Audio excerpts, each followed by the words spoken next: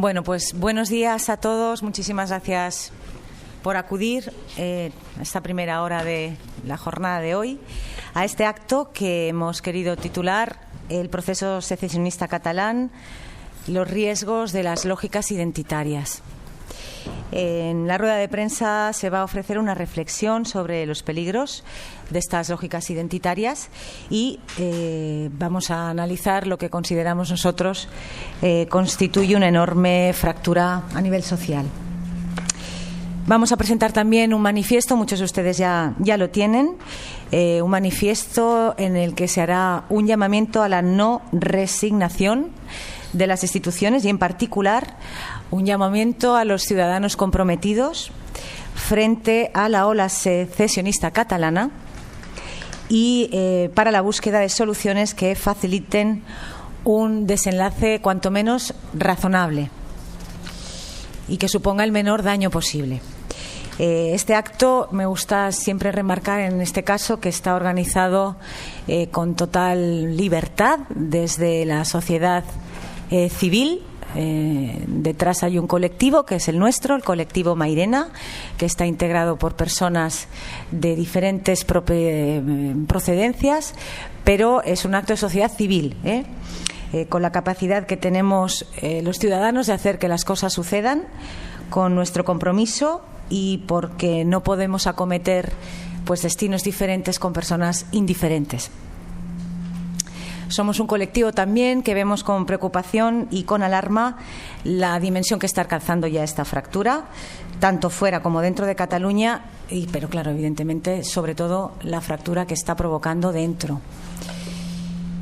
Las tensiones se están replicando en los diferentes planos de la vida colectiva y doméstica y muchos de nosotros pues observamos todo esto que está ocurriendo con mucha preocupación y con hastío también. Hemos elegido el nombre de Juan de Mairena porque nos reconocemos en las reflexiones machadianas, que son las que reflejan nuestros intereses, y por eso yo quiero hacer una reflexión sobre la cita de Antonio Machado sobre la defensa y la difusión de la cultura, que dice que nadie es más que nadie, porque, y este es el más hondo sentido de la frase, por mucho que valga un hombre, nunca tendrá valor más alto que el valor propio de ser hombre. Pretendemos buscar un tono sereno de apelación a valores civilizadores, humanistas y democráticos, y sobre todo que trasciendan de los círculos reduccionistas. Pretendemos sacar del hastío la fuerza para disentir del discurso que trata de imponerse sin atender a ninguna de las exigencias básicas democráticas. Pretendemos apelar al pluralismo y a la necesidad de someter todo debate a reglas que aseguren la racionalidad y también, por supuesto, la responsabilidad. Queremos señalar que se está apedreando la democracia, lo que es peor, en nombre de la propia democracia. Pretendemos recordar que la definición de supremacismo figura como aquella creencia, doctrina o teoría que afirma que un colectivo es superior a otro o al resto de colectivos. Este supremacismo no contiene ningún tipo de democracia y tampoco la hay fuera de la ley, porque, como nos recordaba Hannah Arendt, en un Estado de Derecho la ley es la única defensa posible de los pobres y los débiles contra los ricos y los poderosos, y no hay otra. Por último, nuestra reflexión está dedicada a todo aquello que la vida brinda a quienes no hemos clausurado nuestra capacidad de creer en la libertad y en el respeto al ser humano. Procedemos entonces con lo que sería el inicio de las intervenciones de el lujo de mesa que tenemos hoy aquí. Queremos agradecer la presencia de todos ellos, absolutamente de todos ellos. Josu, porque ha venido desde Bilbao. Carlos Jiménez Villarejo, porque tiene una situación ahora complicada y ha hecho un gran esfuerzo que nunca podremos agradecerle por estar hoy aquí con nosotros. Y a Félix Ovejero, porque es Félix Ovejero, ¿no? Yo vivo aquí al lado, o sea que mucho trabajo. Carlos Jiménez Villarejo ofrecerá su visión del proceso soberanista desde una perspectiva jurídico-política. Bueno, poco hay que decir sobre Carlos, fiscal jefe de la Audiencia de Barcelona desde 1987 hasta 1995, fiscal jefe de la Fiscalía Anticorrupción hasta 2003. Bueno, su función pública ha sido especialmente trascendente en Cataluña. En 2010, además, recibe el galardón Creu de Sant Jordi de la Generalitat de Cataluña. Fue reconocida de manera específica su lucha contra la corrupción y la defensa que hizo exhaustiva de los valores democráticos. Como jurista, aportó entre otras iniciativas, sus conocimientos legales para ayudar a difundir una conciencia contra los paraísos fiscales, y es colaborador en diversos medios de comunicación, autor de artículos de opinión, entre otros temas, sobre el denominado procés. De todos esos artículos de opinión que Carlos escribe, me gustaría rescatar en este momento uno que escribió hace poco en Crónica Global, en El Español, titulado Reflexión sobre el análisis de costes. Es un artículo maravilloso, les recomiendo que lo rescaten. Reflexión, análisis de los costes en Crónica Global, al respecto de la inversión que hace el Govern en esta supuesta publicidad institucional versus las reducciones y los costes que estamos sufriendo en la sanidad pública. Resumo lo siguiente. Y cito el texto de Carlos Jiménez Villarejo. El Govern, no solo en la denominada publicidad institucional, entre comillas, concepto de contenido indefinido, invirtió 31 millones de euros, equivalentes a más de 5.000 millones de las antiguas pesetas, más la subvención a TV3, que en 2015 fue de casi 3 millones de euros.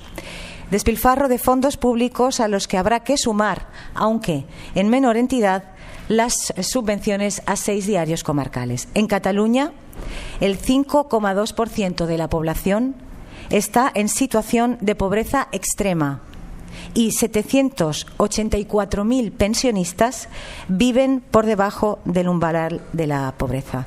Sin más, Carlos, cuando quieras. Muchas gracias. Buenos días, buen día. Es un placer y una satisfacción compartir esta mesa, primero por mi implicación en el trabajo que ha dado lugar a este manifiesto que luego se leerá, Fraternidad, Unidad y Solidaridad, del colectivo Juan de Mairena. Yo me siento orgulloso no solamente de haber participado. Hay que reconocer que, por razones personales, tuve un tiempo de difícil participación activa, pero he estado siempre identificado con los contenidos y los objetivos del colectivo Juan de Mairena, y sobre todo porque yo diría que si hay alguna persona en la historia de la cultura española que para mí ha sido siempre una guía y un maestro, ha sido Antonio Machado. Hace unos días, por razones también vinculadas a mis problemas personales, no pude ir ante la tumba de Antonio Machado en un acto que organizó Federalistas de Esquerras para hacer una ofrenda floral y al mismo tiempo leer un texto que yo remití y leyó otra persona en mi lugar, porque realmente me parece que solamente el hecho de asumir la invocación de Antonio Machado y particularmente de los textos de Juan de Mairena ya es una señal de progreso, de humanidad y de todos estos valores de fraternidad, de unidad, de solidaridad, etcétera. Por tanto, gracias a todos, especialmente a Teresa, que ha sido mi vínculo con este colectivo y mi forma de aproximarme a su trabajo en general. Yo voy a decir unas cuantas ideas, no porque parece que los tiempos son limitados y no tenemos por qué estar aquí toda la mañana hablando, porque ya se ha hablado mucho, pero habrá que seguir hablando, por supuesto. Yo quería empezar diciendo una cosa que puede parecer chocante, pero no lo es. El otro día, repasando la historia reciente, sobre todo los últimos años del franquismo, me encontré con una foto que decía, en el título de la foto decía Franco votando en el referéndum de 1966. Franco, como dictador, como criminal de guerra o como genocida o como lo que sea, por tanto era compatible con un referéndum, mejor dicho, con un referéndum no, con algunos referéndums, porque hubo uno anterior al 66 en el que se aprobaba la ley orgánica del Estado. Por tanto, un dictador de esa categoría organizó un referéndum y fue a votar y lo controló absolutamente. Lo controló absolutamente. Igual que está ocurriendo aquí. Lo digo con toda franqueza, ¿eh? Y esa foto, que me impactó bastante, volverla a ver al cabo de los años, era Franco con su esposa delante de una mesa electoral votando el referéndum del 66, que aprobaba, por cierto, la Ley Orgánica del Estado. Por tanto, yo lo que quiero decir es que el referéndum sigue siendo una forma de participación ciudadana y que yo, naturalmente, acepto y respeto. Está en la Constitución del 78, está en las posteriores leyes que la desarrollan, la Ley del 80 y las leyes autonómicas, en el caso de Cataluña, de consultas referendarias o no. Por tanto, me parece que es aceptable. Pero lo que sí quiero decir es que el referéndum por sí mismo no es una señal inequívoca de democracia, porque si lo fuera, no lo habría convocado un dictador como el general Franco. Y lo hizo. Por tanto, conviene dejar las cosas un poco claras para no confundir a la sociedad civil y a la población, porque me parece muy bien que se convoque el referéndum. Bueno, sí que hay que convocarlo en las condiciones legales que correspondan, pero lo que no se puede es utilizar el referéndum como arma fundamental de expresión de la soberanía, porque también lo hizo Franco, un dictador, en una dictadura. Por tanto, vayamos con cuidado en el análisis de los conceptos y de las realidades que se están poniendo en juego.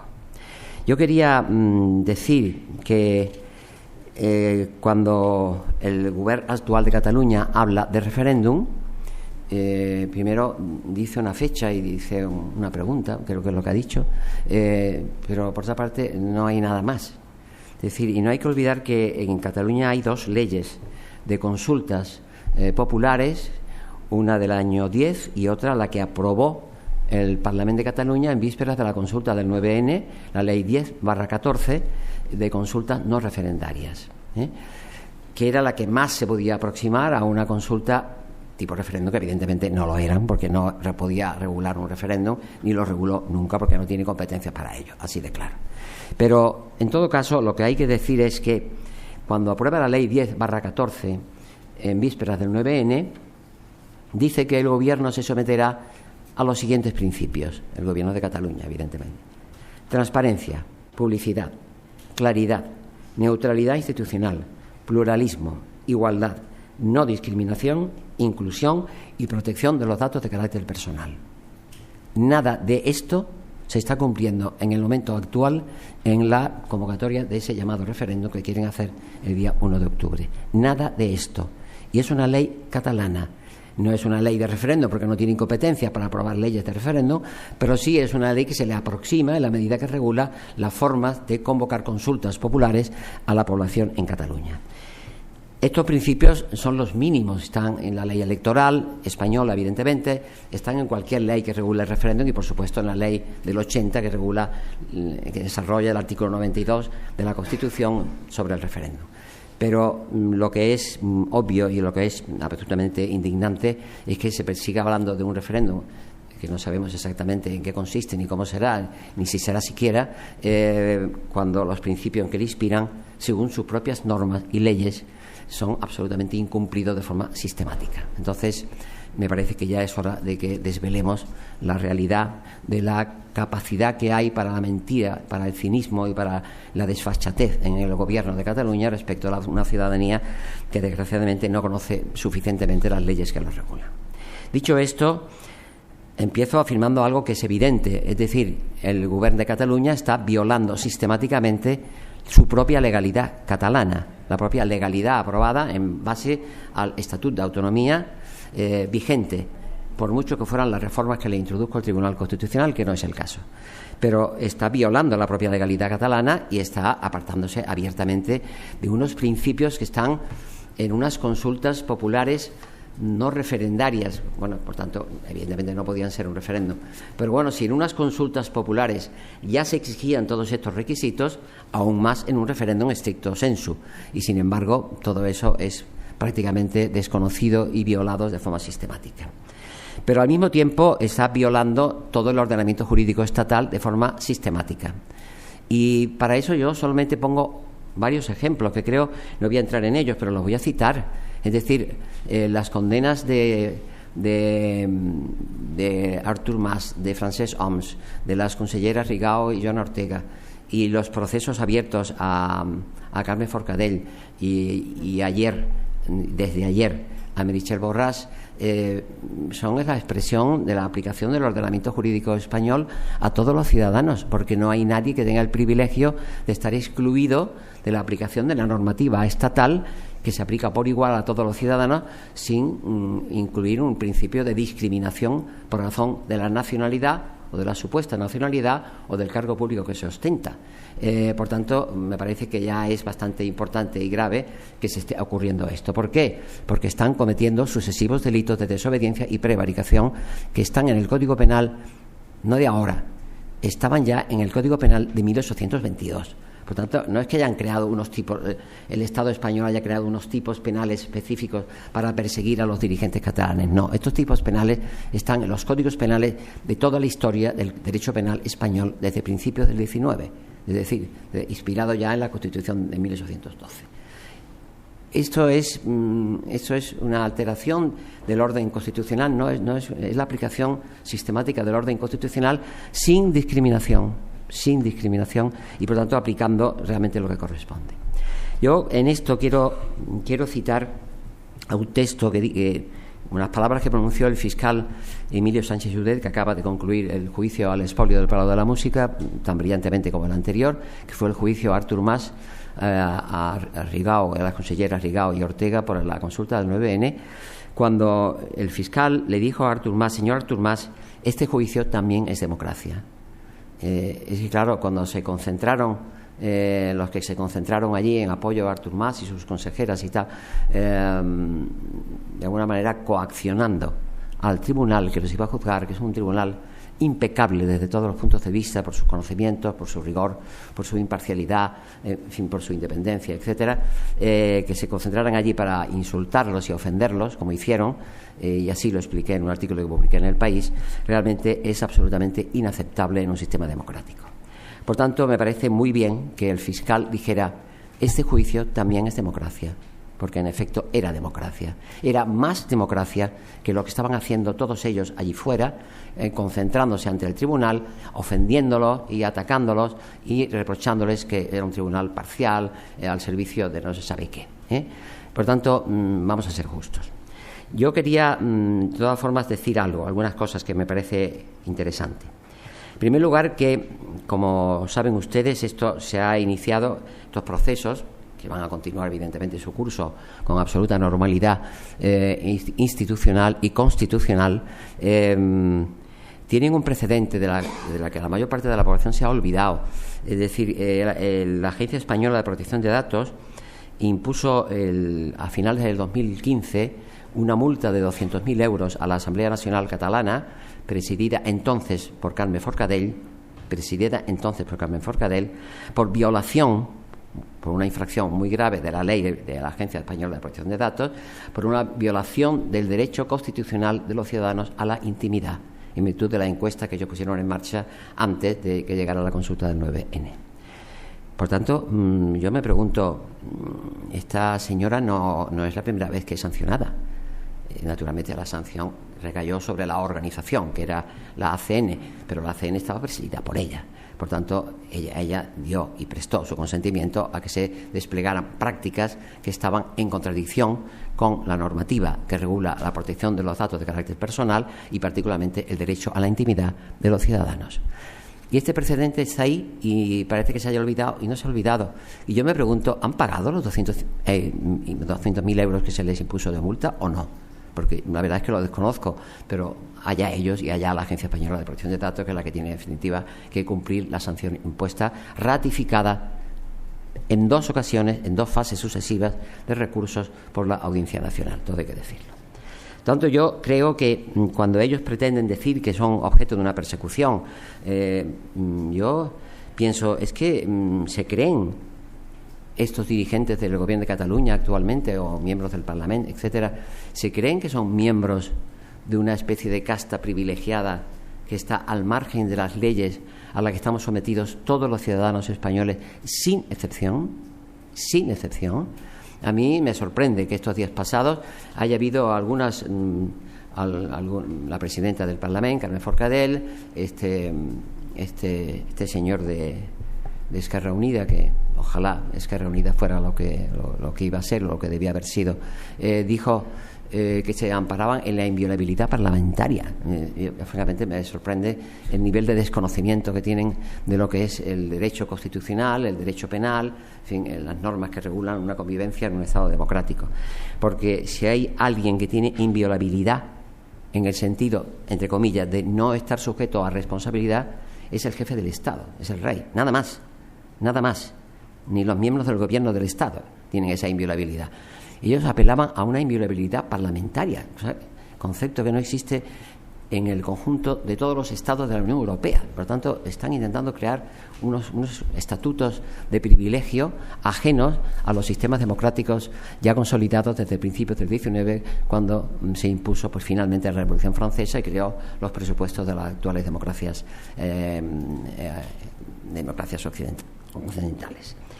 Yo creo que hay algunos datos que hacen que sea preocupante la situación en Cataluña, y voy a poner un par de ejemplos, pero yo creo que son significativos. Uno, ya se ha dictado la primera condena por un juzgado penal de Lleida, el juzgado penal número 1 de Lleida, contra determinadas personas pertenecientes a estos grupos de agitación vinculados generalmente a las entidades sociales llamadas soberanistas o independentistas, o como se quieran llamar, por amenazas y coacciones con la agravante de discriminación ideológica, porque lo hicieron haciendo uso de la invocación del principio de que aquellos ciudadanos, que eran unos ciudadanos que subían a un autobús para venir a un acto de sociedad civil catalana en Barcelona, fueron objeto de toda clase de insultos, agresiones, amenazas, etcétera, y han sido condenados por una falta de agresiones, de amenazas y coacciones,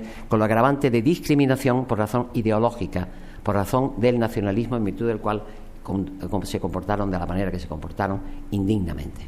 En segundo lugar, hay otro dato que yo creo que es tan importante como el anterior. Antes del 9N, el juzgado de lo contencioso número 2 de Barcelona dictó una sentencia ejemplar en la que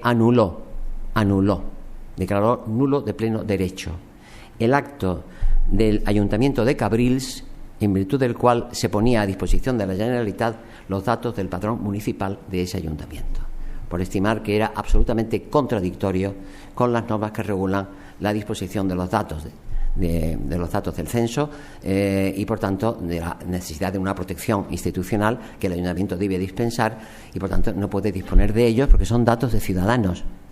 Son datos de ciudadanos que tienen derecho a una legítima protección por parte de las entidades que disponen de esos datos tan personales. Fue anulada esa cesión de datos a disposición de la Generalitat, y, por tanto, yo creo que es un dato importante. Hay otros datos y otras circunstancias también similares. A mí me parece gravísimo que personas con la presencia de diputados de la CUP pudieran asaltar y causar daños y ofender la sede del Partido Popular de Cataluña, con independencia de la ideología que representa el Partido Popular, que me parece un partido demócrata plenamente, y, por tanto, me merece el máximo respeto. Y, por tanto, me parece el máximo rechazo también que se puedan producir actos de esta naturaleza con la presencia y el consentimiento, y yo quiero que haya aplausos de determinados diputados del Parlamento de Cataluña, cualquiera que sea su ideología.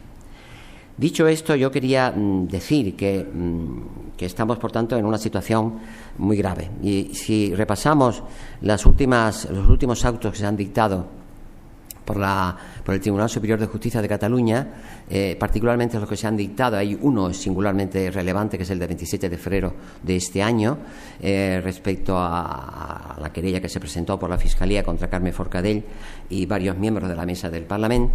Yo creo que realmente, cuando uno lee ese auto y lee toda la historia de esas resoluciones, el auto tiene más de 20 folios, pero cuando uno lee la historia de lo que pretende o ha pretendido, porque ya no lo pretende el Parlamento de Cataluña, pues realmente uno se queda realmente asombrado de cómo se puede llegar a tal nivel de desconocimiento, de ignorancia o de mala fe en la aplicación de los principios democráticos. En ese auto, el Tribunal Superior de Justicia de Cataluña cuyo ponente es un excelente magistrado, antes fiscal, por cierto, antes el fiscal al que acusó a Pascual Estivil y a Piqué Vidal, hombre de confianza de Jordi Pujol, por cierto, y Pascual Estivil, hombre en el Consejo del Poder Judicial propuesto por CiU en aquellas fechas, que luego terminaron condenados por diferentes delitos y en prisión. Bien, pues en ese contexto yo me pregunto cómo se puede plantear un proceso que ellos llaman constituyente en nombre de algo que llaman un derecho imprescriptible e inalienable a la autodeterminación, entre comillas. A mí, que a estas alturas se haga esta proclamación me parece signo, primero, de una ignorancia histórica realmente preocupante, preocupante para quien ocupa cargos de gobierno de una comunidad autónoma, que es lo que en este momento es Cataluña, o de una nacionalidad, lo que quieran llamar, como quieran llamarla, me da igual. Pero el derecho de autodeterminación solamente está en el derecho internacional, en la resolución que dictó la ONU en 1960 para favorecer la liberación de los pueblos sometidos a la explotación colonial, es decir, al Congo belga, Argelia, etcétera, todos los países que ya sabemos que estaban sometidos colonialmente a las potencias occidentales. Es la única vez en la historia del derecho internacional en que se ha utilizado esa expresión de autodeterminación.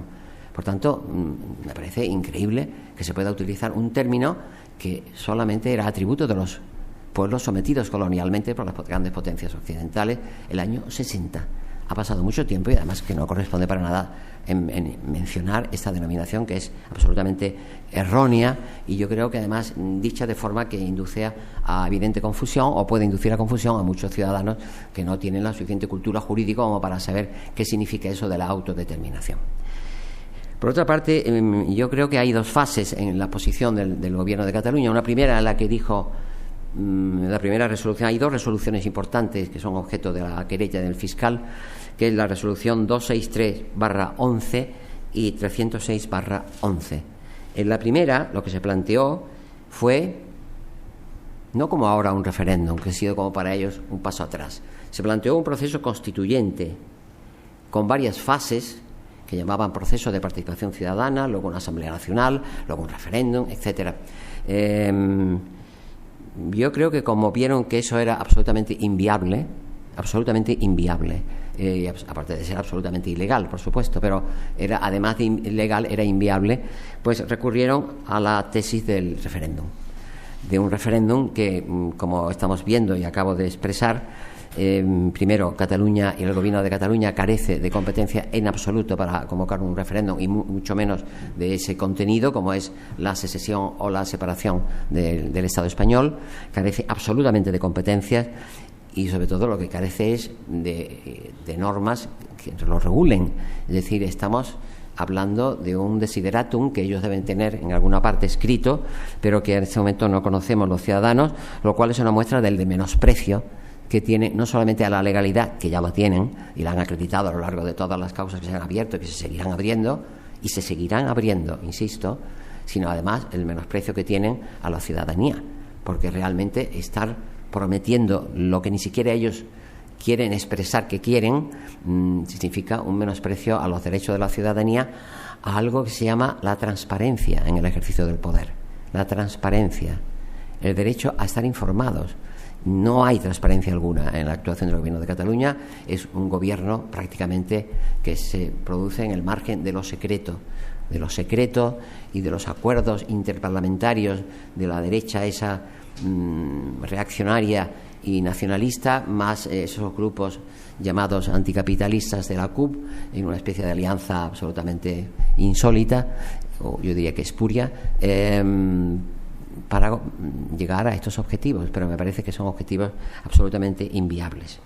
Yo, por tanto, creo que ante una situación como esta, no sé cómo se pueden sorprender de que pueda el Estado reaccionar abriendo procedimientos penales como el que se acaba de abrir ahora contra la consellera Meritxell Borràs por la llamada compra de las urnas, porque se aprobó ayer, creo, o ayer o antes de ayer, abrir una causa contra ella, porque realmente es la violación de la legalidad, y la violación de la legalidad igual que no se excluye y no se está excluyendo a los grandes delincuentes económicos y responsables de la corrupción del conjunto del Estado de ninguna causa, de ningún juzgado, no se está amparando ni se está dando un tratamiento de favor, ni ellos invocan la inviolabilidad porque tienen el nivel de conocimiento y de inteligencia mínimo para saber que ellos no pueden ser inviolables, pues igual se aplica aquí cuando se quebranta una legalidad constitucional que es el fundamento de nuestro Estado democrático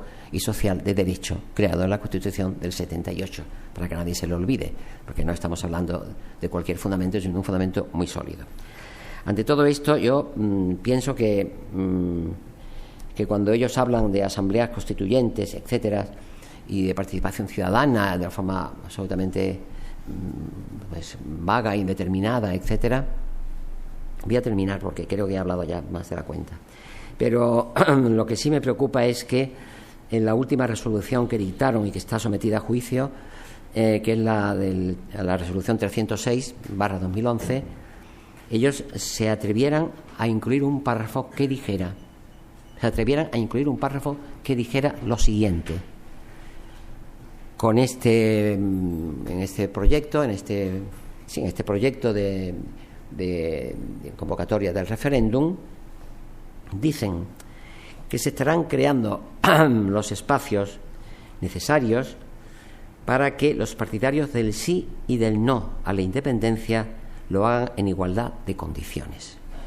Me parece realmente absolutamente de un cinismo y de un desafío constante que eso lo haga un govern que ha hecho del sí el eje prácticamente exclusivo de su acción política, porque no tiene otra política, porque ni se preocupa de la sanidad, ni de la educación, ni de la pobreza, etcétera, etcétera. Lo que sí se preocupa es de garantizar el sí. Por tanto, que en una resolución del Parlamento que está impugnada judicialmente se hable de garantizar las condiciones de igualdad entre los partidarios del sí y del no, es que me parece realmente indignante. Es indignante. Yo creo que estamos, en ese sentido, me siento partícipe del espíritu que impregnó el 15M hace ya muchos años, pero que sigue vigente ante estas barbaridades. Yo, ante todo esto, y termino, voy a decir una cosa que no puede que a algunas personas, no sé, incluso presentes, no les guste, pero a veces a mí me preocupa el futuro de Cataluña, como natural, como todos los que estamos aquí, pero yo hace unos días fui a La Coruña a pronunciar en el Ateneo Republicano de Cataluña una conferencia sobre lo que ellos llamaban el asedio fascista a la República Española. Y allí, revisando texto de la época, me encontré con un texto de un mitin que dio Gil Robles en el Escorial el año 34. Y decía: tomaremos el poder cuando queramos. Tomaremos el poder cuando queramos, dijo Gil Robles el año 34. Finalmente lo hicieron a través de la fuerza de las armas. Aquí creo que eso no se va a producir. Pero realmente esa sensación que da de que hay un constante menosprecio a la legalidad constitucional vigente y una apelación permanente a unos vagos sentimientos nacionalistas que hay en una parte de la población, que hoy por hoy se ha acreditado que es minoritaria, por otra parte, realmente me parece que es quebrantar los principios democráticos y, sobre todo, someter a Cataluña a una presión que es absolutamente inaceptable para los legítimos derechos de los ciudadanos. Nada más y muchas gracias.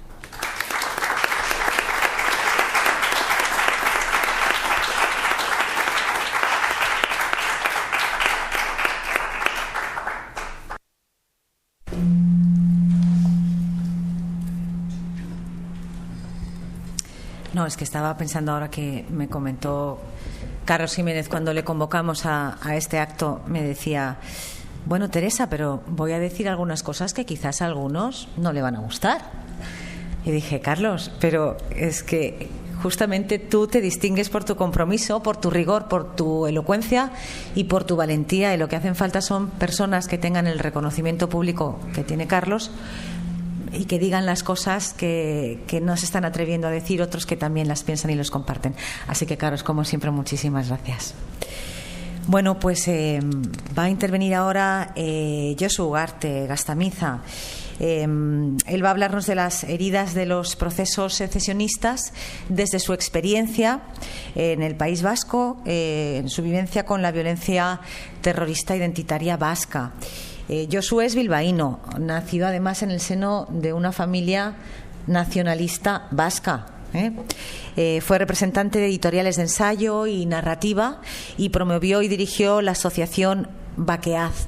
Es una entidad, una asociación integrada por personas procedentes de organizaciones de derechos humanos, educativas, cívicas, pacifistas, ecologistas. Las áreas de reflexión fueron las que centraron además los intereses de esta asociación que extinta ahora, pero que desde luego fue un hito. Bakeaz tuvo una intensa labor editorial publicando informes, cuadernos, ensayos para dar a conocer sus reflexiones y, por supuesto, también siempre acompañadas de propuestas de acción. Recientemente ha coordinado un proyecto interesantísimo, un proyecto de investigación titulado La extorsión y violencia de ETA contra empresarios, directivos y profesionales. Un trabajo que al final, tras no pocas complicaciones, esperemos que verá la luz. Y antes de dar paso a la intervención de Josu, pues claro, me parece muy oportuno rememorar a Tomás y Valiente, que unos meses antes de ser asesinado por ETA mencionaba que Cataluña no es un problema para España, sino uno de sus elementos integrantes más vivos. Y añadía: Cataluña forma parte de una realidad histórica, cultural y política llamada España, concebida como estructura plural, heterogénea y equilibrada, con equilibrio inestable ciertamente, como ocurre en todas las realidades que están vivas. Josu, cuando quieras. Gracias, Teresa. Buenos días. Quería comenzar mi intervención recordando dos hechos terribles que fueron obra de la facción más extrema del nacionalismo vasco. Hace 40 años, el 18 de junio de 1977, por tanto se ha cumplido ahora el 40 aniversario, hace unos días, ETA asesinó a Javier Ibarra y Vergé después de ser secuestrado. Ibarra era miembro de una de las grandes familias de la alta burguesía vasca, de una dinastía empresarial de 200 años. Fue empresario, jurista y político, presidente de los diarios El Correo y El Diario Vasco, los periódicos más importantes del País Vasco. Fue alcalde de Bilbao y miembro de la Real Academia de la Historia. 10 años después, el 19 de junio de 1987, se produjo el atentado de Hipercor, aquí en Barcelona, con un resultado de 21 muertos y varias decenas de heridos. Se han cumplido 30 años de aquella masacre. Quería recordar esto para que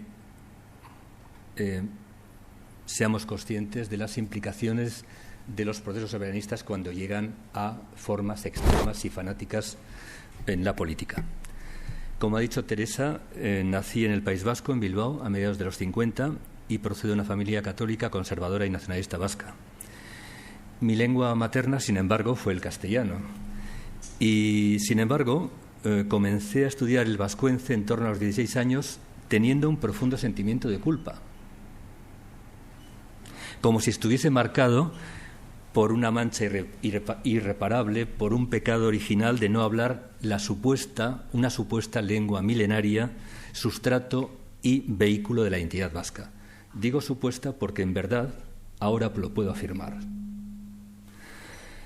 En mi juventud comulgué con una suerte de vasquismo cultural, aunque proclive a ensoñaciones románticas que en el contexto de la dictadura franquista podrían haberme conducido perfectamente a abrazar la causa de ETA. Y lo confieso. Sin embargo, una educación radicalmente contraria a la violencia contra otros semejantes, con independencia de la posible bondad de los objetivos perseguidos, me condujeron hacia un compromiso con la izquierda comunista y a un alejamiento paulatino del nacionalismo. Por mis apellidos y por mi opción política, la comunista, estuve vinculado al Partido Comunista bastantes años, al finales de la dictadura y comienzos de la democracia, viví una suerte de estigma, una sensación de orfandad derivada de la no pertenencia al endogrupo nacionalista. Y esto te marca. Estos y otros factores me vacunaron contra las creencias falsas, contra las recreaciones del pasado, contra los discursos y las prácticas que para el caso vasco, sí, me estaba dirigiendo a ellos cuando me debo dirigir a todos ustedes. Lo siento, perdonen, disculpas. Decía que estos y otros factores me vacunaron contra las creencias falsas, las recreaciones del pasado, los discursos y las prácticas que para el caso vasco llegaron a ser formas criminales de la acción política, y que a veces no lo veíamos, las disculpábamos. De mi vivencia de la terrible realidad de la política vasca, de mi conocimiento profundo también de Cataluña y de España y de la evolución de la política en otras partes del mundo, he podido extraer algunas ideas en relación con los procesos etnohereditarios. Y paso a dar algunas de estas ideas que poco a poco he ido aprendiendo en un proceso bastante complejo para mí y difícil, cómo no. Creo que estos procesos, los etnoidentitarios, pueden llegar a ser germen, no siempre, llegar a ser el germen de graves fracturas sociales, a afectar a la convivencia entre las personas y al combate, a afectar también al combate de los comprometidos con la dignidad, la igualdad, la justicia, la libertad y la fraternidad. Los procesos soberanistas en algunas regiones de la Europa y la España democráticas son una forma particular de la construcción de la nación. Algunos son procesos propios de un tipo de nacionalismo, el nacionalismo de los ricos, que por desgracia han brotado en varios países europeos poco después de 3 generaciones después de la Segunda Guerra Mundial. Acordémonos de la Padania italiana, la Flandes belga o la Baviera alemana. Son ejemplos del nacionalismo de los ricos, como lo son el caso vasco y el caso catalán, paradigmáticos. Los nacionalismos etnoidentitarios vasco y catalán han generado históricamente profundas divisiones en el interior de sus propias comunidades y provocan fracturas y fronteras artificiales de sus respectivas comunidades frente a la España más allá del Ebro, a la que desprecian, la creen atrasada e inferior, a la que se enfrentan y de la que desean separarse. En su imaginario se perciben como sociedades homogéneas, pero batallan incesantemente para reforzar el nosotros frente a los otros. Es decir, no son tan homogéneas como piensan. Se reclaman diferentes y en su fuero interno se consideran superiores, para lo cual desprecian o rebajan las cualidades de los demás y magnifican las supuestamente propias, las cualidades propias y excelsas. Son nacionalismos excluyentes, clasistas, profundamente clasistas, xenófobos y antidemocráticos, paradójicamente con una conciencia falsa de sí mismos y con líderes que aparentan desconocer las consecuencias políticas de su acción desbocada. La magnificación de las diferencias entre los pueblos con mayúscula, en mi opinión, y voy a ser muy duro, es un insulto a la inteligencia y es inaceptable desde una ética política democrática y de izquierdas. La categoría pueblo, con mayúscula, es insostenible conceptualmente en sociedades democráticas avanzadas, abiertas, plurales y mestizas, herederas de los valores de la Ilustración. Los seres humanos somos diferentes e iguales, diferentes en origen, sexo, condición, color, capacidad, educación, propiedades o cercanía al poder. A su vez, y esto es lo importante y lo fundamental, nos iguala lo humano irreductible de los derechos humanos, es decir, los conceptos fundamentales básicos que subyacen en la Declaración de los Derechos Humanos, que son el concepto de libertad, dignidad, igualdad y fraternidad. En definitiva, estos conceptos son aquellos que inspiran permanentemente los derechos más concretos, ligados a circunstancias históricas concretas, aquello a lo que todos los humanos, por encima de nuestra diversidad social y cultural, podemos y debemos remitirnos. Precisamente, esa ardua lucha por la igualdad efectiva en derechos y libertades de los seres humanos tiene un enemigo muy poderoso en el terreno de la política, y en particular de la política de los que nos reclamamos de los valores de la Ilustración, de los valores de la izquierda enemiga de los intolerantes, de la izquierda enemiga de los fanáticos, de la izquierda enemiga de los partidarios de la diferencia, de los partidarios de la exclusión en función del origen o la condición social, de la lengua o de unos supuestos valores culturales superiores. Finalmente, creo, y termino con esto, mi intervención, que es breve, nuestra lucha, la de las fuerzas sociales, sindicales y políticas de la izquierda, y también lo amplío a la de aquellas fuerzas que se reclaman de los principios y valores de la Ilustración y del liberalismo social y democrático, esta lucha, nuestra lucha, debe propiciar la convivencia y el bienestar de la mayoría. Debe evitar que el nacionalismo de los ricos rompa la fraternidad, la unidad y la solidaridad de las clases populares en su compromiso por la justicia y la paz, por la libertad y la democracia. Ya está.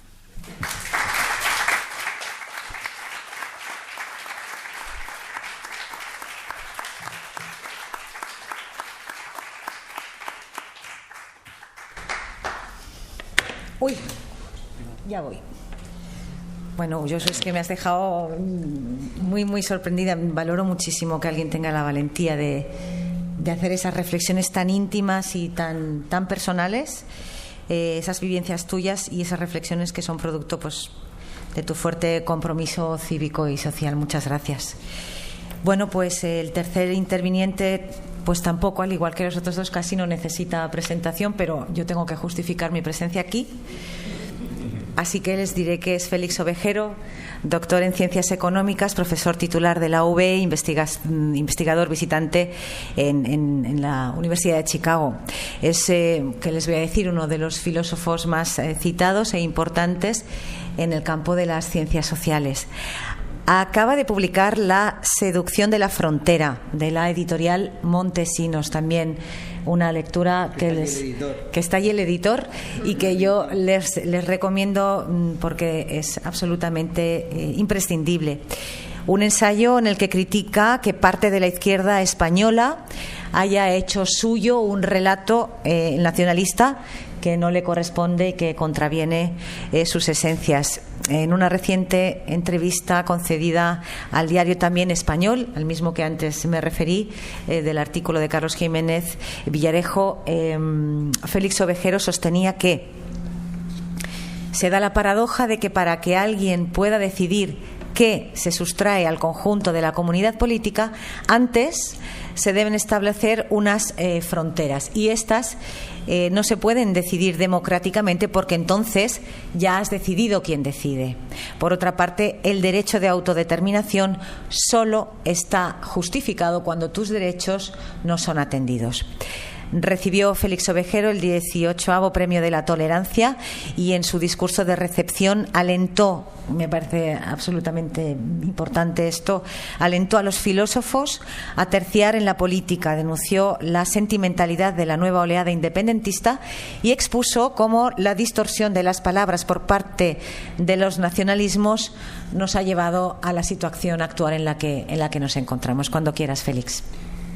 Bueno, buenos días, muchas gracias por estar aquí, muchas gracias por haberme invitado a presentar este manifiesto y además tan honrado como los que me precedían en la invocación de nuestro maestro literario, filosófico y casi vital, Antonio Machado. Entonces yo solamente quería hilvanar 4 reflexiones que empezarán con un recordatorio de algo que leí en los periódicos estos 2 días de esta semana. La calle más cara comercialmente de toda España está a 500 metros de aquí.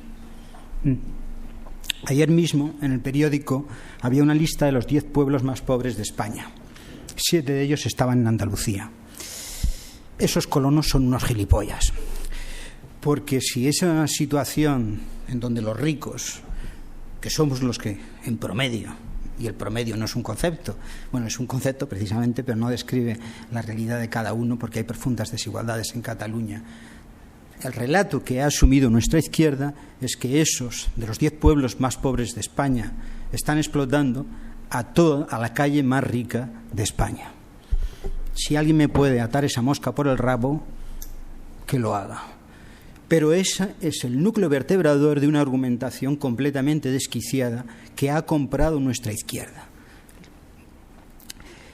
Y eso es muy serio, porque estamos rompiendo la idea central del concepto de ciudadanía. Una comunidad de ciudadanos no es una comunidad de identidades. Las identidades son plurales, diversas. Las nacionales son las menos relevantes si es que son identificables.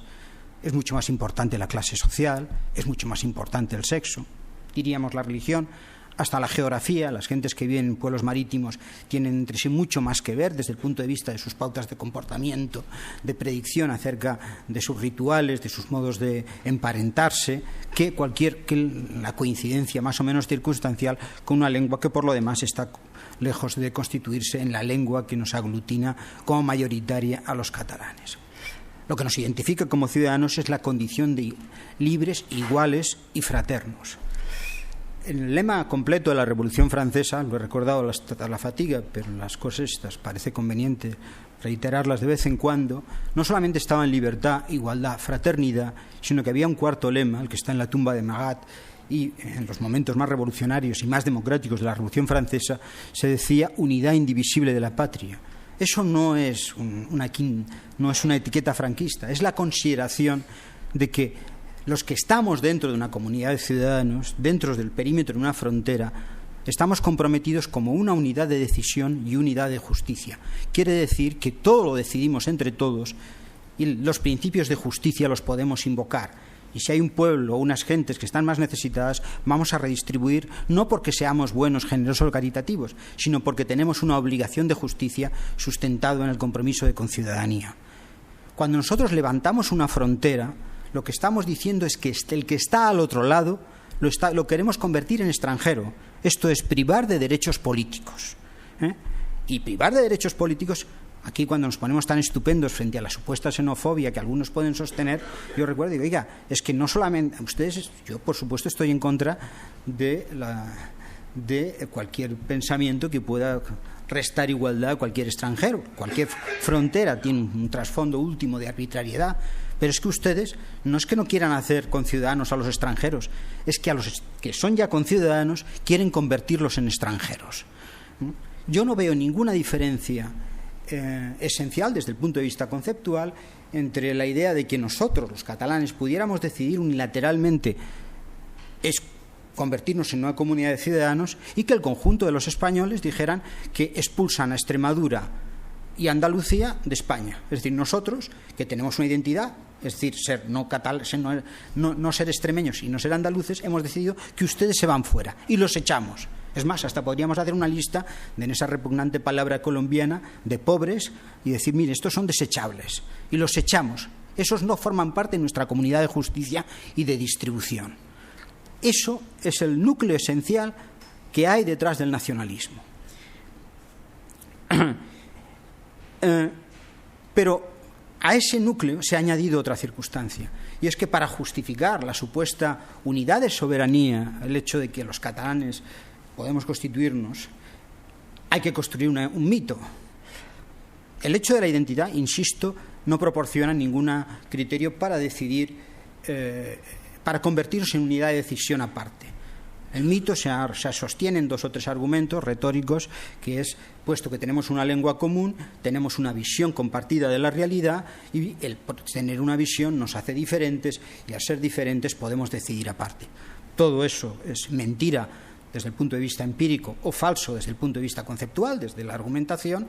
Primero, porque la lengua común y ampliamente mayoritaria de los catalanes es el castellano.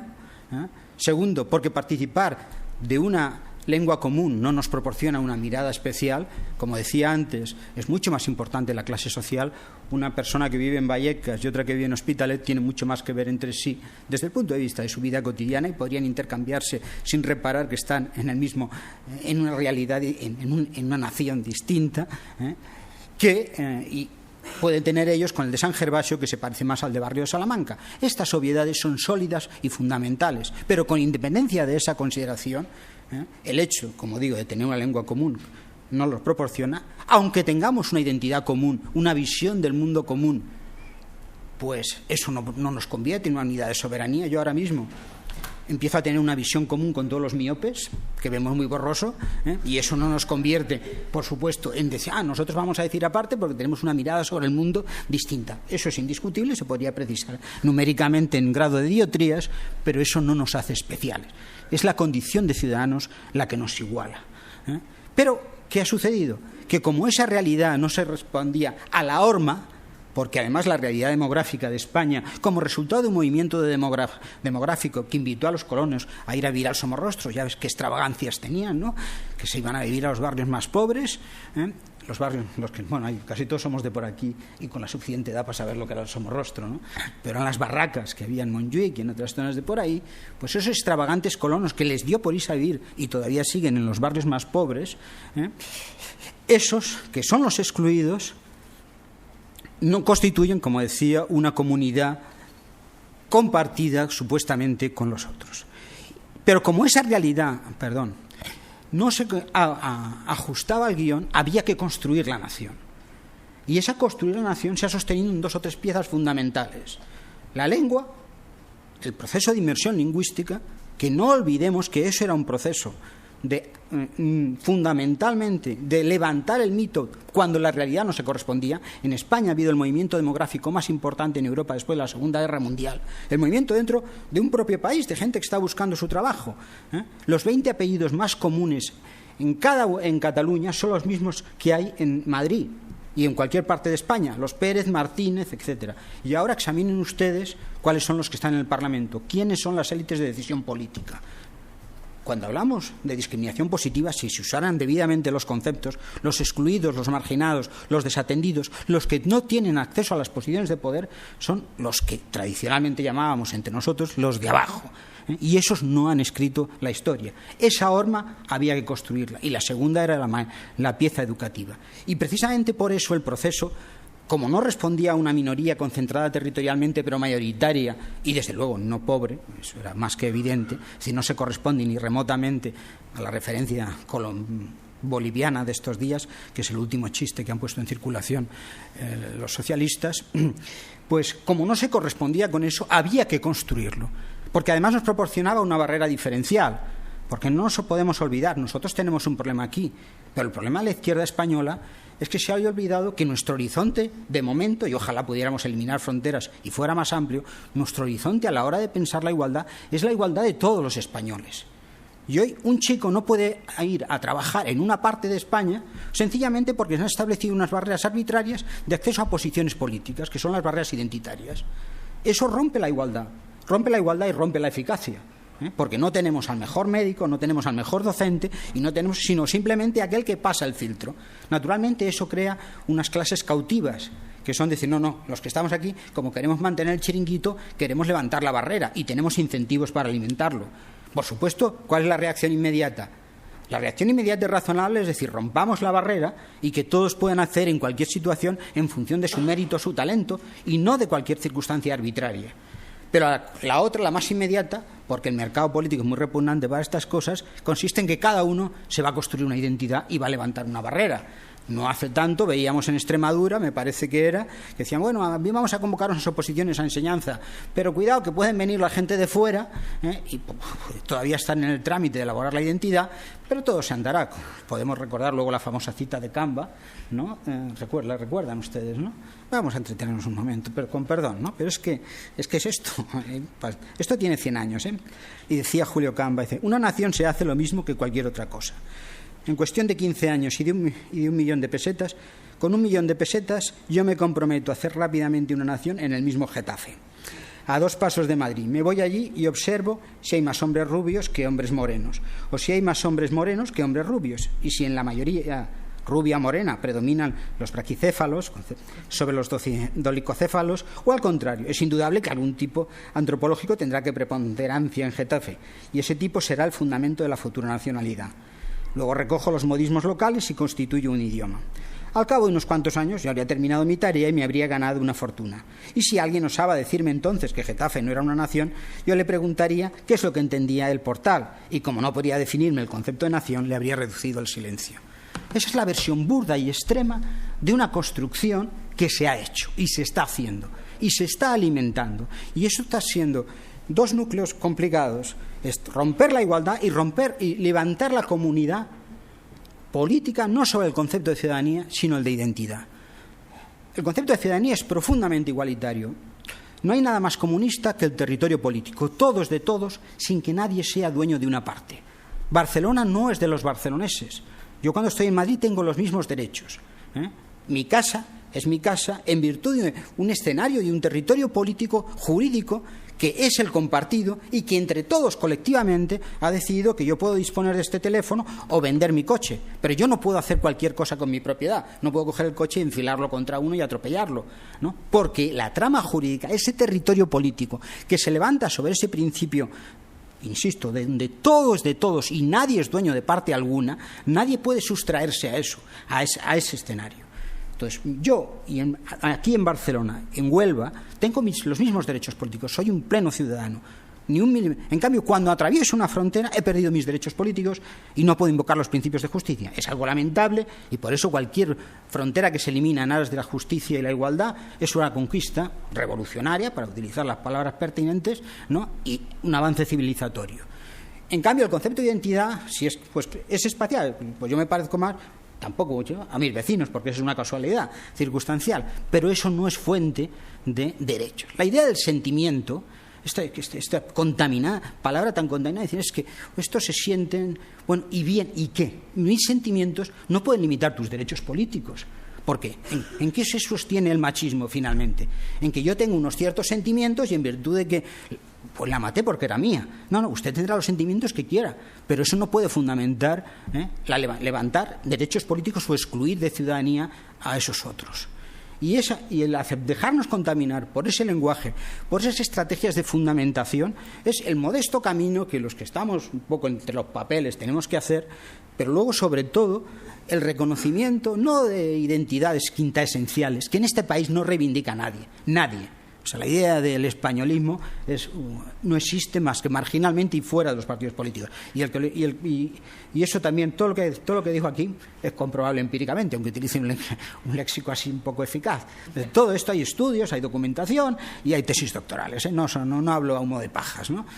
Entonces, eso es el territorio en donde tenemos que extender el lenguaje de la racionalidad y la ciudadanía. Y yo creo que este manifiesto, y con eso termino, sintetiza y encauza y vertebra algo que está necesitada España, y es una izquierda no imbécil, porque simplemente racionalista.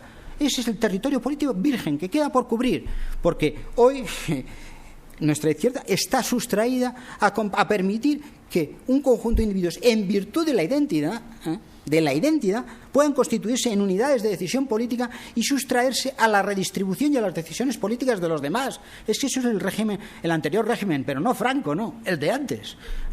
Ese es el núcleo que vertebra y en el cual no se sabe por qué sí se sabe por qué, y da pena, se quiere avecinar una parte del Partido Socialista, ¿no? Pues yo estoy muy contento de ver aquí amigos que vienen de la izquierda de la que vengo yo, que es la izquierda comunista, con todos los matices que eso puede tener. Y hay uno que lo conozco desde hace muchos años y que ya se ha caído del guindo. Perdona, Salvador, pero es una broma. No, pero o las variantes, entendiendo por eso una tradición de la izquierda que hoy no hay más socialdemócrata, y es verdad, igualitaria. Hoy, sobre eso hay que trabajar y perfilar y saber de qué estamos hablando, pero de una izquierda que políticamente no se ha expresado y que tiene lugar y tiene necesidad de encauzarse políticamente, ¿no? Eso es todo lo que quería contar.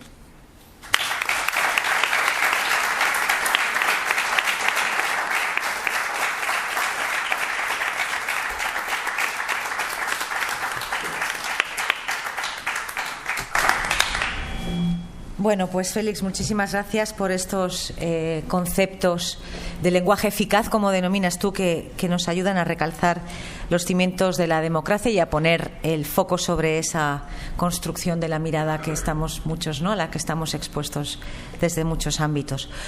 Bueno, concluimos aquí la intervención de la mesa y uno de los puntos que nos convocan aquí es el de compartir nuestro ideario, ¿no? La construcción de nuestras propuestas y inquietudes se refleja en lo que hemos llamado el manifiesto, que tiene 11 puntos.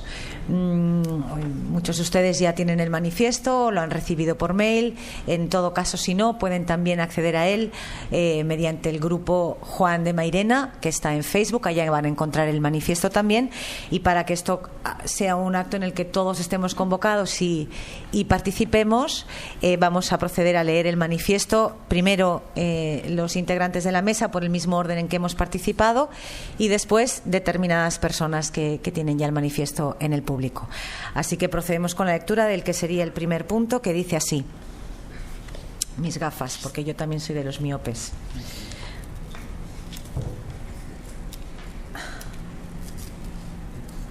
El primer punto dice: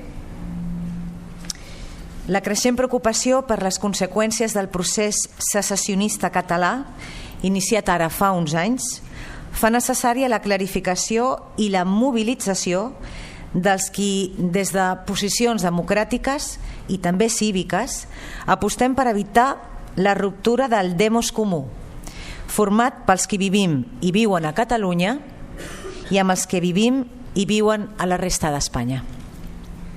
Entendemos que no se están valorando los costes reales de establecer diferencias irreales entre las vivencias e intereses comunes de los más. Creemos que es socialmente nocivo enfrentar deliberadamente diversidades culturales mixtas y enriquecedoras que han conformado una sociedad plural y mestiza. 3. Afirmamos que no hay ningún problema de opresión nacional en Cataluña. Después de casi 40 años de gobiernos autonómicos hegemonizados por el nacionalismo catalán, no hay ninguna persecución, minusvaloración o desconocimiento de los rasgos lingüísticos y culturales propios de Cataluña. Por el contrario, es la lengua castellana la que en determinados ámbitos es considerada como lengua foránea de Cataluña. En esos 40 años, las competencias y capacidades de gobierno de las instituciones catalanas no han hecho otra cosa que crecer y consolidarse en el marco de un Estado profundamente descentralizado. 4. Consideramos errónea la reivindicación de la independencia, el referéndum o el denominado derecho a decidir como derechos democráticos por sí mismos. Son propuestas políticas que deben ser consideradas como tales, no como derechos inherentes o debidos. 5. Llamamos la atención sobre el origen real de la marea secesionista, la campaña de los grupos más importantes de la burguesía catalana para reducir su ya escasa tributación. Para lograrlo, pretenden establecer un inexistente sujeto tributario, Cataluña, y de ese modo evitar la imposición directa en función de la renta. Asimismo, llamamos la atención sobre la continuidad de esa marea, el proyecto de las élites locales de consolidar un poder propio, ocultar la corrupción y las políticas de recortes y desplazar, como ellos mismos han reconocido, las protestas sociales contra las agresiones antipopulares de los gobiernos de CiU y de Junts pel Sí. 6. Sostenemos que los lazos de unión e interés entre las clases populares de Cataluña y las del resto de España no solo son culturales, económicos, políticos y familiares. Son lazos de fraternidad forjados a través de siglos de compartir un mismo problema de opresión y un mismo combate por la emancipación y los derechos. El problema de una clase dominante común, cruel y rapaz, que desde Barcelona y Madrid, Sevilla y Bilbao, Oviedo o Valencia, hambreaba a los trabajadores de toda España, forzaba su emigración, les hacía morir en Cuba y Marruecos, les reprimía brutalmente tras la victoria franquista, tras la emigración, les reprimía brutalmente tras la victoria franquista.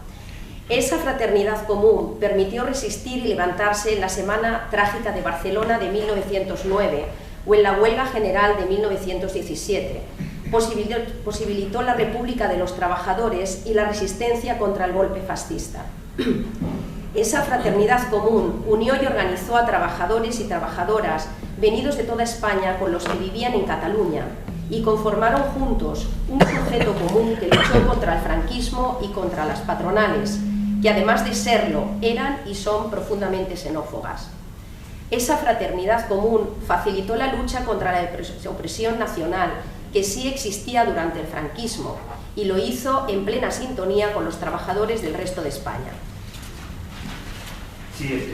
Defendemos que romper esa hermandad por causas como la que se esgrimen no es otra cosa que entregar a los sectores populares, atados de pies y manos a las fuerzas neoliberales, que envueltas en la bandera invocarán a la unión sagrada de Cataluña, dividirán a la ciudadanía por falsas identidades o por apellidos verdaderos, y harán retroceder hasta lo imaginable las conquistas democráticas sociales duramente alcanzadas. Pedimos a la izquierda política, sindical y social de Cataluña y del resto de España que ponga en el centro de su discurso y de su práctica esta cuestión: la fraternidad, la unidad, la solidaridad, nuestro debemos común. Que sea consciente del riesgo de ruptura entre las clases populares en Cataluña y en el resto de España. Que sea consciente de que si esa ruptura se llegase a producir, el discurso dominante seria el del nacionalisme ètnico i excluyente. 9. Demanem als comuns, a Podem, Izquierda Unida, el PSC, PSOE, Esquerra Unida i Alternativa, Iniciativa per Catalunya, el Subviu, el Partit Comunista d'Espanya, a Comissions Obreres, a UGT i CGT, entre d'altres, que situïn com a principal i repetit punt dels seus objectius el manteniment de la unitat de les classes populars a Catalunya i a la resta d'Espanya. És a dir, que deixi clar de forma explícita que la seva primera proposta, la seva segona i la seva tercera proposta és lluitar perquè no hi hagi ruptura. Fer això, que no es fa, treballar per això, que no es treballa, suposaria treure de la mà d'aquests nacionalismes ètnics i excloents el control del discurs i poder reconduir una situació cada vegada més desbocada. 10. En aquest moment, aquesta majoria progressista estaria en condicions d'exigir mesures raonables a sortir de la crisi actual. 1. Que la Generalitat i el Parlament compleixin la legalitat i deixin en suspens els seus plans per a la desconnexió, inclosa la convocatòria d'un referèndum.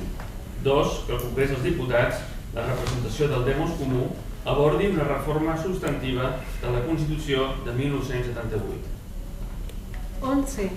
No queremos, no podemos, no debemos resignarnos a aceptar una ruptura que puede traer consecuencias muy graves para la convivencia y el bienestar de la gran mayoría de la población, tanto en Cataluña como en el resto de España. No queremos, no podemos, no debemos aceptar que los responsables de la pobreza y los recortes, los ladrones de lo público, laven su cara y sigan manchando sus manos con más sufrimiento añadido. No queremos, no podemos, no debemos consentir la ruptura de la confraternidad entre las clases populares, uno de los principales valores de igualdad y solidaridad que nos permiten luchar aquí y ahora contra la barbarie y la injusticia. Fraternidad, unidad y solidaridad.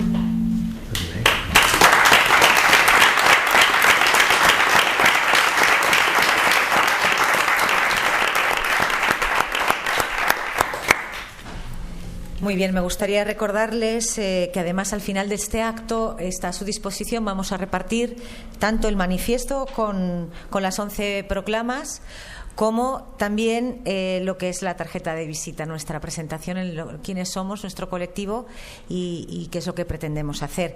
También estamos haciendo una recogida de firmas en change.org. Ahí lo pueden encontrar en Change, nuestra petición. Es interesante que podamos contar con su colaboración para dar difusión a todo esto. Agradecemos mucho su presencia aquí, pero también nos gustaría que continuase más allá del acto de hoy y que fueran cómplices con nosotros para dar difusión a esta petición en Change. Estamos grabando también el acto. Ya ven que aunque somos un grupo de sociedad civil con muy poquitos recursos, sí que tenemos muchas ganas y somos muy organizados. Así que también estamos grabando el acto con la finalidad de que tenga su segunda vida, o su vida paralela, y que en YouTube pues pueda llegar también a toda la gente que ha querido hoy y no ha podido estar con nosotros. Y vamos a contar con muy poquitos minutos, nos pasamos del horario establecido, pero vamos a contar con 10 minutos máximo para, por supuesto, contar con su intervención, con la de ustedes. Levantan la mano y sí que les rogamos que sean lo más concisos posibles para que en esos 15 minutos puedan tener cabida el máximo de participaciones. Así que estamos aquí para atender lo que precisen. Muy bien, Salvador.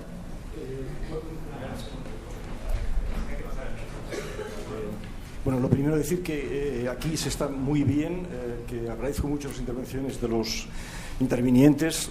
La verdad es que me han interesado y me han emocionado, y tan solo quería hacer una pregunta que sería en torno a estilos argumentativos. La cuestión sería si este argumento que les voy a leer o esta medio argumentación les parece correcto o no, y si no lo es, ¿por qué ese argumento sí?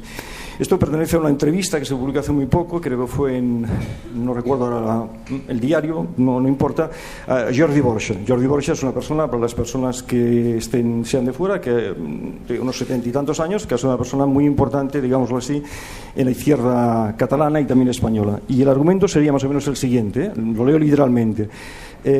Irás a votar el día 1 de octubre, estoy traduciendo. Sí, claro que sí. ¿Y qué votarás? Yo, como muchos otros, que no somos independentistas, el 9N voté sí. ¿Por qué? Por ir contra el gobierno español. ¿Y ahora qué votarás? Seguramente votaré otra vez sí, sin ningún problema, pero sabiendo que sería una forma de acción. A mí me importa un rábano la independencia o cosas semejantes, pero no soporto la situación actual. La cuestión es, ¿se puede argumentar así? ¿Es consistente? ¿No es consistente? Esa es mi pregunta. Gracias. Tú sabes mejor que nadie que eso no es, eso es una indecencia. Es no tomarse en serio y no querer ser adultos. Ahora, yo creo que ha llegado la hora, y yo hace ya tiempo que me quite, de intentar replicar a imbéciles y a gente deshonesta intelectualmente. Y esas dos condiciones las resume Jordi Borja hace ya bastante tiempo. O sea, eso no es un argumento porque no, bueno, en fin. O sea, que por cierto, Colau también votó sí a un referéndum en el cual no creía en ello. Por supuesto. O sea, yo pues ahora no tengo novia, pero no voy y digo, oiga, que el gobierno, y entonces me monto un pollo. Y es que ese es el guión, no hay más. Entonces, de verdad, Salvador, ya no hay que seguir peleando contra quien no se puede razonar. Porque eso es de adolescente, eso es de asamblea de facultad. Decir es que... No, la vida va en serio, sabemos. Y nuestras clases de COU, en donde podías hablar sobre el aborto y sobre 1000 cosas, sin implicaciones prácticas, sin que eso tuviera que ver con eso, por supuesto, hay muchos motivos para quejarse del gobierno y la comunidad de vecinos, pero no dices, bueno, yo pues como la comunidad de vecinos, ¿no? Pues entonces declaro la guerra a Estados Unidos. La misma consistencia lógica diría eso. Y entonces, ¿para qué perder el tiempo? Nos ha robado una pregunta importante. Bueno, perdona, Salvador, pero es que es así. Carlos, querías añadir algo, ¿verdad? Sí, es que no había leído, primero porque no leo lo que dice ese señor y cada vez me interesa menos. Pero bueno, dicho esto, creo que has dicho algo, no sé qué, de que a mí me importa un rábano, no sé qué. ¿Qué es lo que no le importa a un rábano? La independencia. ¿El qué? La independencia. Bueno, como me parece que todo es absolutamente, como ha dicho ya Félix, absolutamente surrealista e increíble, porque no tiene ninguna argumentación lógica para llevar a una conclusión a otra, el sí o el no, etcétera. Y sobre todo lo que me extraña es que una persona que ha sido militante y dirigente en su época del PSUV y de Izquierda Iniciativa de Cataluña le pregunte por el referéndum y no se pregunte él mismo a sí mismo ¿qué referéndum? Porque es que francamente estar hablando del referéndum y de las respuestas cuando en este momento es una absoluta incógnita, y el referéndum, porque no hay ley que lo regule, posiblemente no la habrá. Cuando la haya será impugnada ante el Tribunal Constitucional y será anulada, porque no tiene competencias el Gobierno de la Generalitat para convocar un referéndum de esas características, que significa la ruptura con el Estado español, etcétera. Es decir, lo que me parece lamentable es que una persona que ha sido de izquierdas y de la izquierda de origen comunista conteste de esa forma tan frívola, tan ligera, tan superficial, tan absolutamente incomprensible, la verdad. ¿Alguien más quiere hacer alguna intervención? Aquí, sí. Tenemos el micro. ¿Dónde estaba el micro? Aquí. Y luego lo pasaremos a este señor. Muy bien. Sí, es sobre la responsabilidad política de la casta gobernante.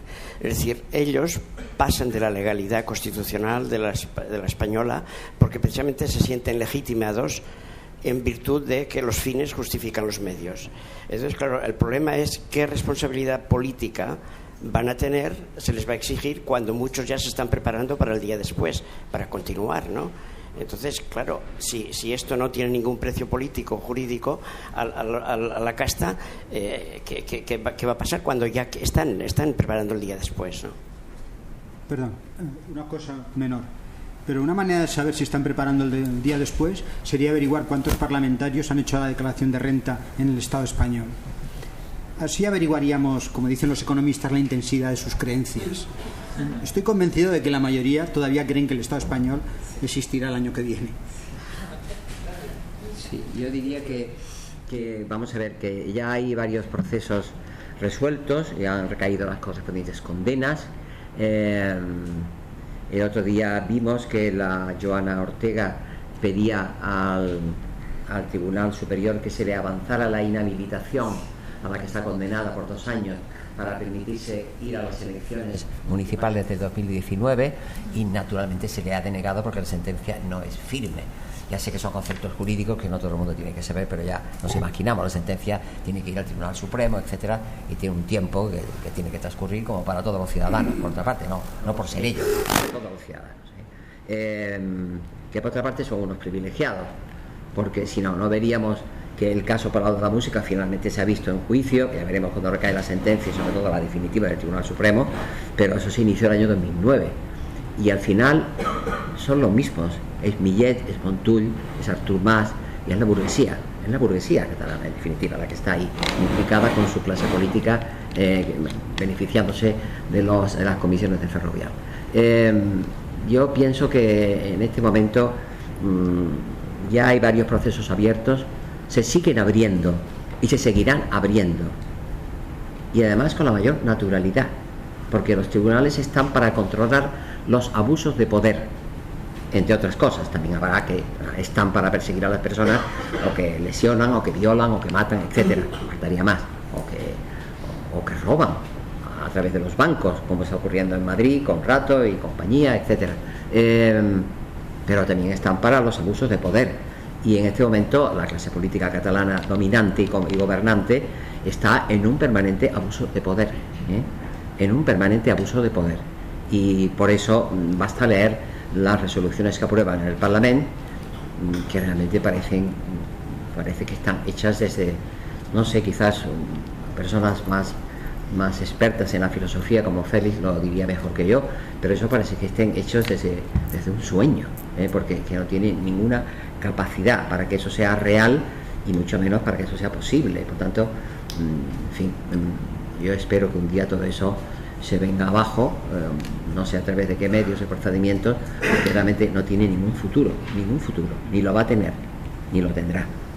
Es decir, aquello que decía Gil Robles de tomaremos el poder cuando queramos, aquí no va a ocurrir, porque hay un Estado democrático de derecho que va a funcionar y va a hacer que el Poder Judicial, que es un elemento clave en cualquier democracia que se llame así, la democracia, es decir, con la división de poderes, el Poder Judicial para controlar el poder, está funcionando y va a seguir funcionando con eficacia y con rigor. Y por tanto se someterán a ellos.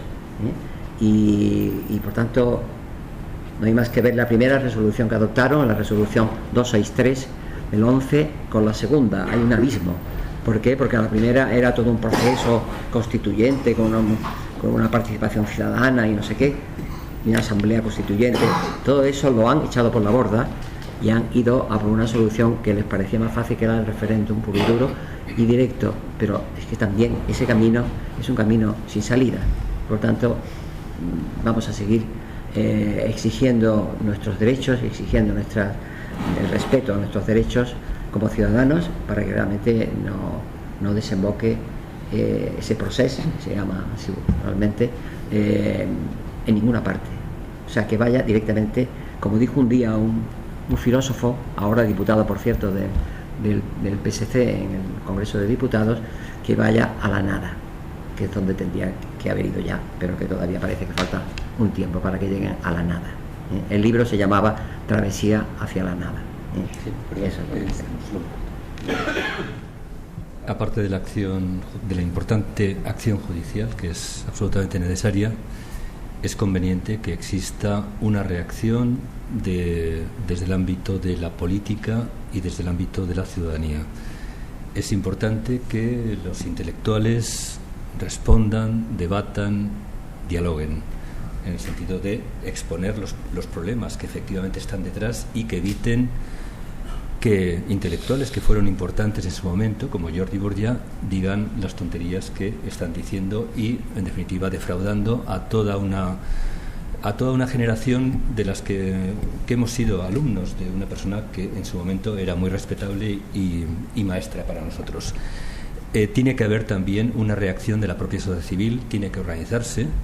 En Cataluña se organiza, pero más todavía, tiene que haber una rebelión, ¿por qué no?, cívica, una rebelión naturalmente correcta, respetuosa, pero con ideas claras sobre qué decir y qué exigir.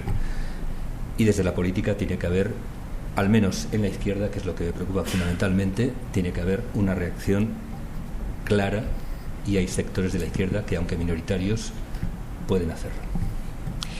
Concluiremos con la última intervención. ¿Quería usted intervenir? Tienen un micrófono ahí, por favor. Muchas gracias, buenos días. Mi nombre es Miguel y vivo en Nou Barris, Barcelona.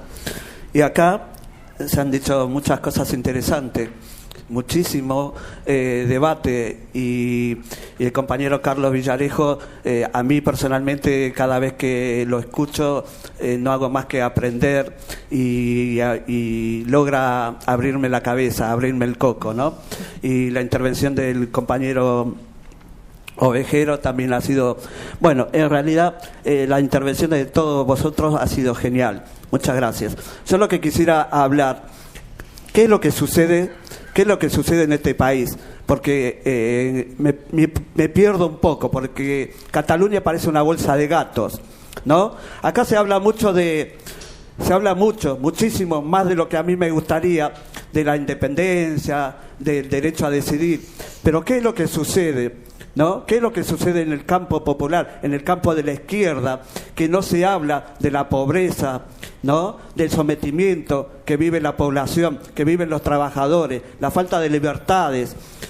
Acá hay compañeros que han dicho, acá somos todos iguales, y me parece que no somos todos iguales, y me parece que nadie más que nadie, sí, hay muchos que son más que otros, porque los obreros son menos que otros. Los obreros hoy ya no existimos.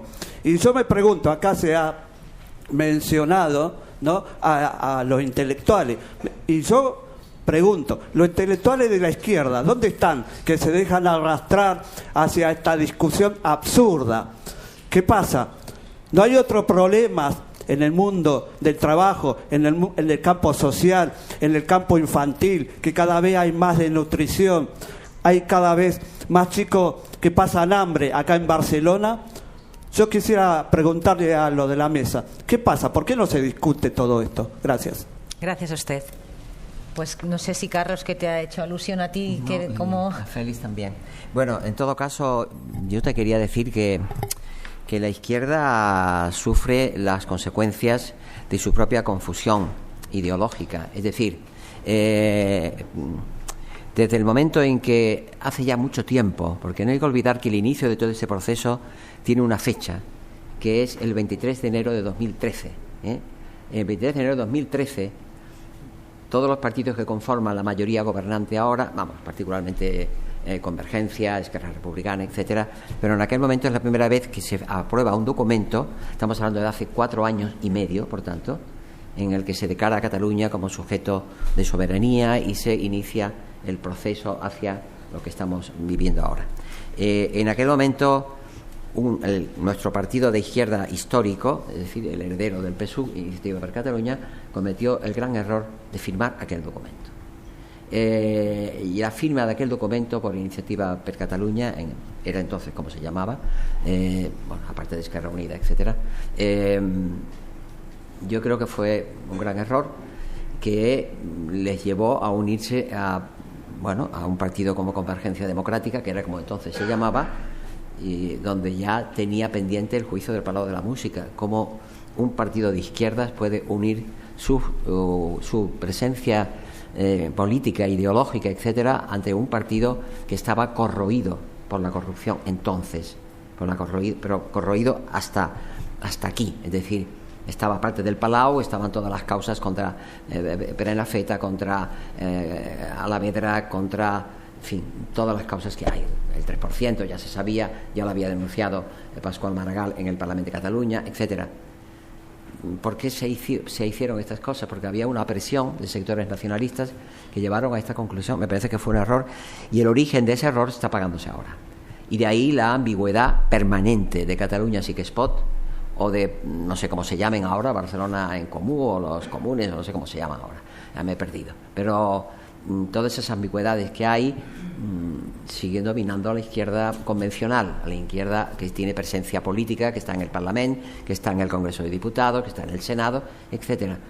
Y de esa ambigüedad no salen, y mientras no salgan de esa ambigüedad y se sitúen radicalmente en la izquierda que es unitaria, no excluyente, universal, internacionalista y proletaria, por utilizar un término ya que casi no se nombra, pero que hay que decirlo, pues mientras esa izquierda no recupere su verdadera identidad y su verdadero terreno de actuación y por tanto su enfrentamiento con los poderes fácticos y siga moviéndose en la ambigüedad y en las dudas permanentes, pues no saldremos de esta situación, porque la otra izquierda auténtica, la que nos gustaría que representáramos aquí y que tuviera una mayor expansión y una mayor presencia pública, pues no está en condiciones de dominar la situación, porque somos una izquierda todavía minoritaria. Josu, muy brevemente, y así hacemos la tanda final. Las dos grandes tradiciones de la izquierda, la socialdemócrata y la comunista, están en profunda crisis. Expresión de ello es la incapacidad para la elaboración teórica, la pereza intelectual, el desnortamiento de sus prácticas y de sus discursos, y la profunda fragmentación, la grave fragmentación que existe en el conjunto de la izquierda. Por tanto, no podríamos hablar de la izquierda, sino de las izquierdas en cada región de España, pues profundamente enfrentadas entre ellas y divididas, y con incapacidad para elaborar discursos propios y prácticas comunes. Y, en definitiva, yo creo que es una izquierda, o son unas izquierdas, con un enorme complejo de inferioridad con respecto a los nacionalismos históricos, nacionalismos de los ricos. Esto es algo que es inaceptable, porque nuestro papel es precisamente enfrentarnos a estos movimientos que tienen están anclados en prácticas de clase y de clasistas, y por tanto contrarias a nuestros principios. Gracias, Josu. ¿Concluyes, Félix, brevemente? Sí. Sí, intentaré. Primero, a veces cuando dicen es que siempre estáis sobre lo mismo, que nosotros estamos hablando sobre el problema de la independencia, cuidado, el tipo que denuncia la guerra no es un belicista, es uno que está denunciando la guerra. Yo no estoy enfrentándome al nacionalismo con otro nacionalista, yo estoy denunciando una locura. El tipo que denuncia el sexismo no es un sexista. Como decía un maestro común, el análisis químico de la sopa no tiene sabor a sopa. Yo estoy denunciando eso, no estoy entrando en eso. Esa es una consideración previa. Yo creo que con el nacionalismo el problema es que se ha aceptado el relato nacionalista, la idea de que hay una injusticia detrás y que hay que comprender algo. Y yo creo que la mirada correcta frente al nacionalismo es la misma que podemos tener frente al sexismo. Sexismo también es una emoción. Hay una mayoría de individuos que se pueden entender como sexistas y que además sostienen que en virtud de ciertas características, en su caso biológicas, ahora la cosa se complica, pero vamos, biológicas, tendrían unos privilegios especiales, que además les llevarían, en el caso más extremo, a privar de derechos o limitar los derechos de los demás. Esos tres componentes están en el nacionalismo. Y frente al sexismo decimos no hay que comprender y entender, sino denunciar, no hay nada. Y ese lenguaje nos ha contaminado. Hemos aceptado esa mercancía trucada de la lengua propia. La lengua propia de la Cataluña quiere decir que la lengua de la mayor parte de los catalanes es la lengua impropia. Somos catalanes impropios. Toda esa basura intelectual nos ha contaminado, lo hemos aceptado, en vez de decir, no, esto es una ficción. Eso lo hayamos creído. Y además hay otra cosa más de fondo. Vamos a ver, el instrumento de justicia redistributiva es el Estado. Si nosotros atomizamos los procesos de decisión, como ha pasado, como se ha mostrado con el impuesto de sucesiones, si cada pueblo tiene impuesto de sucesiones, nadie tiene impuesto de sucesiones, porque todo ese momento se va a ir al lado. Si cada uno puede hacer una política laboral, pues entonces los trabajadores no tienen derechos porque las empresas se van a ir al lado. Entonces, inventamos el Estado para romper esa especie de competencia entre todos. Y entonces, eso teníamos que tenerlo muy claro. Entonces, la izquierda está en un montón de incertidumbres, algunas importantes, y los tópicos nos sirven. Pero hay cosas que son muy claras. Y una es que esto es lo peor de lo peor de lo peor. En positivo hay muchas pocas cosas que decir, pero sabemos cosas que no podemos tolerar, que están en la historia más negra de Europa. Es que esto es lo peor. Entonces, al menos aquí yo tengo dudas acerca del alcance del mercado, de cómo encaramos los procesos de globalización y la redistribución conveniente. Me pongo a estudiar, me lo tomo en serio, leo sin prejuicios, pero sobre esto, nada. Esto lo tengo claro. Bueno, pues concluimos aquí el acto con una viñeta del Roto que publica hoy en El País y que me ha parecido estupenda para lo que nos convoca hoy aquí. En la viñeta se ven a dos personas con los ojos cerrados y el texto dice: en el país de los ciegos, los que aún veían optaron por cerrar los ojos. Así que les agradezco muchísimo que hayan estado aquí con los ojos tan abiertos y la mente tan abierta. Gracias.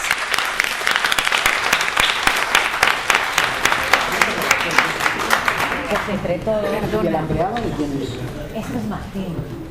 El hambrear solo puede ser de Martín.